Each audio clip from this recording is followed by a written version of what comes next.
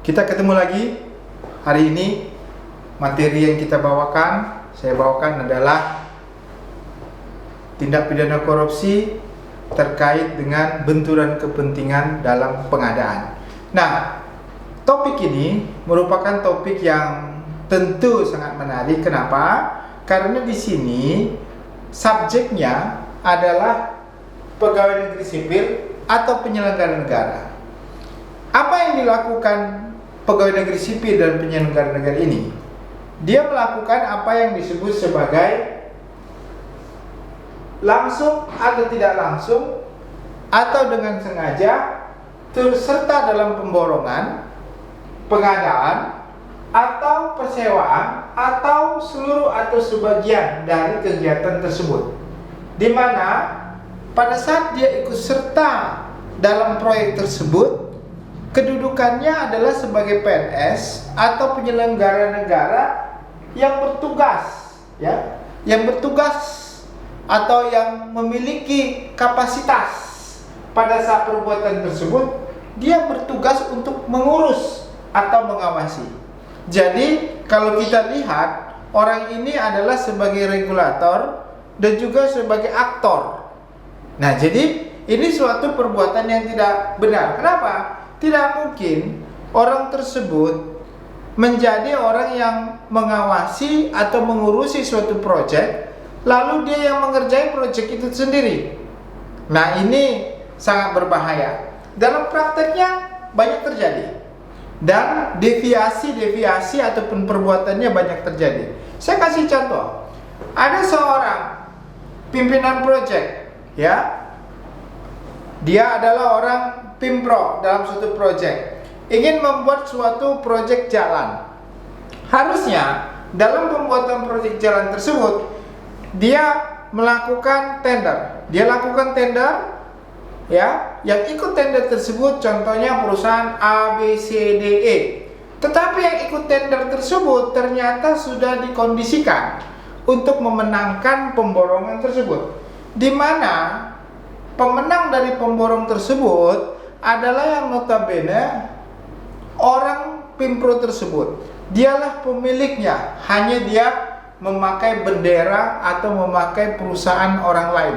Jadi istilah dalam praktek disebut membeli apa? Membeli bendera PT yang akan ikut tender dalam proyek pengadaan tersebut.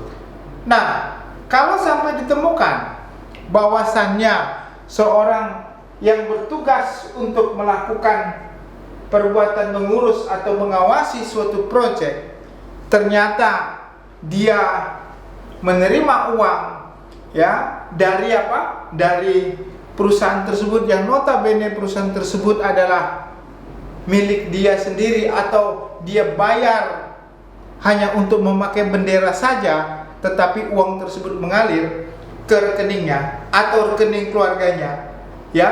Inilah yang disebut sebagai suatu tindak pidana korupsi terkait benturan kepentingan dalam pengadaan. Apakah ada perilaku seperti itu? Ada. Nah, perbuatannya itu adalah perbuatan kategori secara langsung atau tidak langsung. Apa yang dimaksud secara langsung atau tidak langsung? Nah, tadi saya mencontohkan, dia seorang pimpinan proyek, sengaja membuat suatu tender, di mana tender tersebut sudah diatur sedemikian rupa, setiap peserta tender sudah pasti tahu siapa pemenang dan siapa yang akan kalah, di mana semua anggota-anggota pemilik daripada peserta tender tersebut, PT atau CV-nya tersebut, sudah dibayar sedemikian rupa, hanya dibayar contohnya 10% untuk memegang benderanya saja. Lalu waktu melaksanakan proyek tersebut, orang ini mengerjakan sendiri pekerjaannya, contohnya dalam rangka melakukan sebagai konsultan, dalam pemborongan pekerjaan jalan misalnya, ada pelaksana jalan, ada tender untuk konsultan pengawasan, ada tender untuk konsultan perencanaan. Nah, semua konsultan-konsultan ini ternyata adalah orang yang hanya dipinjam benderanya saja, oleh siapa? Oleh orang yang mengawasi, petugas PNS atau penyelenggara negara tadi. Ya, apa yang dilakukannya tidak efektif. Kenapa? Karena dia tidak melakukan pengawasan, dia tidak melakukan audit, dia tidak melakukan tindakan-tindakan supaya pelaksanaan tender tersebut dapat sesuai dengan apa yang dilaksanakan. Nah, suatu ketika diketahui bahwasannya ya aliran dana pembayaran terhadap konsultan tersebut larinya ke rekening siapa? Rekening orang yang diketahui orang tersebut telah mengaku itu sebenarnya adalah rekening daripada Pemprov tersebut ya, jadi dikembalikan lagi kepada dia. Nah, inilah contoh salah satu bentuk ya, di mana salah satu bentuk dan contoh adanya suatu perbuatan tidak langsung, walaupun dia tidak langsung ikut tender perusahaan, tidak ada namanya, nama orang lain, tetapi di balik tersebut secara tidak langsung uang itu kembali kepada orang tadi yang mengurus atau mengawasi proyek tersebut. Dengan demikian, tindakan seperti ini masuk dalam kategori ya suatu perbuatan yang benturan kepentingan.